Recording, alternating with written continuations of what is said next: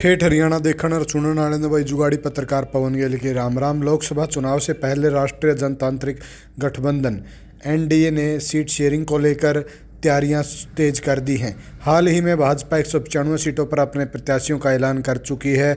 अब कई राज्यों में सीट शेयरिंग को लेकर बातचीत जारी है। पार्टी सूत्रों के मुताबिक हरियाणा में भाजपा अकेले ही चुनावी मैदान में उतरने की तैयारी कर रही है। हरियाणा की सभी 10 लोकसभा सीटों पर बीजेपी अपने प्रत्याशी उतारेगी। इसको लेकर सूबे की ओर से केंद्रीय नेतृत्व को फीडबैक भी दे दिया गया है। हरियाणा में बीजेपी ने 2019 में सभी 10 लोकसभा सीटें जीती थी। अभी यहाँ 9 बीजेपी के सांसद हैं। एक अम्बाला सीट सांसद के निधन के चलते खाली है। खास बात यह है कि बीजेपी हरियाणा में बिना गठबंधन के लोकसभा में जाने की तैयारी में है।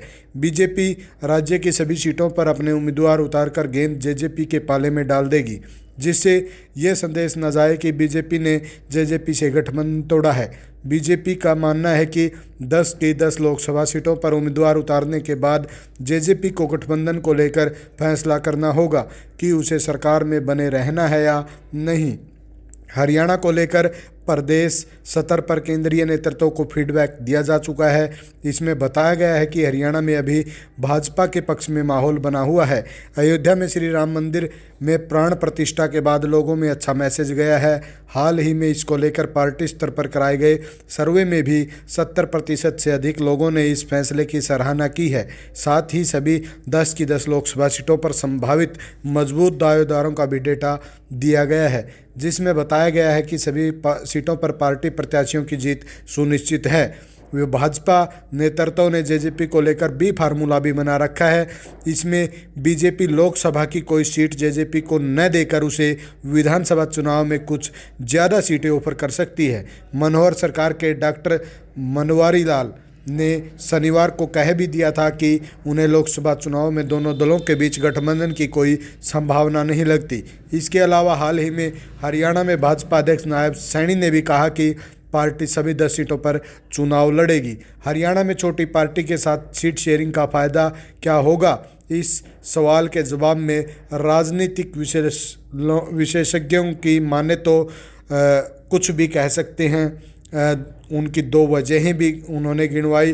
पहली वजह, यदि जेजेपी लोकसभा सीट जीत जाती है तो प्रदेश में बीजेपी को एक मजबूत साथी मिल जाएगा। जेजेपी का वोट बैंक जाटों में है, जो भाजपा को पसंद नहीं करते। अगर लोकसभा चुनाव में जेजेपी की वजह से भाजपा को जाटों के 1-8% वोट भी मिल गए तो यह प्लस का ही काम करेंगे। दूसरी वजह, यदि जेजेपी का कैंडिडेट लोकसभा चुनाव में हार जाता है तो लोकसभा चुनाव के 6 महीने बाद होने वाले प्रदेश विधानसभा के चुनाव में बीजेपी को उससे गठबंधन तोड़ने या मोलभाव की वजह मिल जाएगी। बीजेपी उस सूरत में जेजेपी पर अपना दबाव बढ़ा पाएगी। इस समय जेजेपी के 10 विधायक मनोहर सरकार के साथ हैं।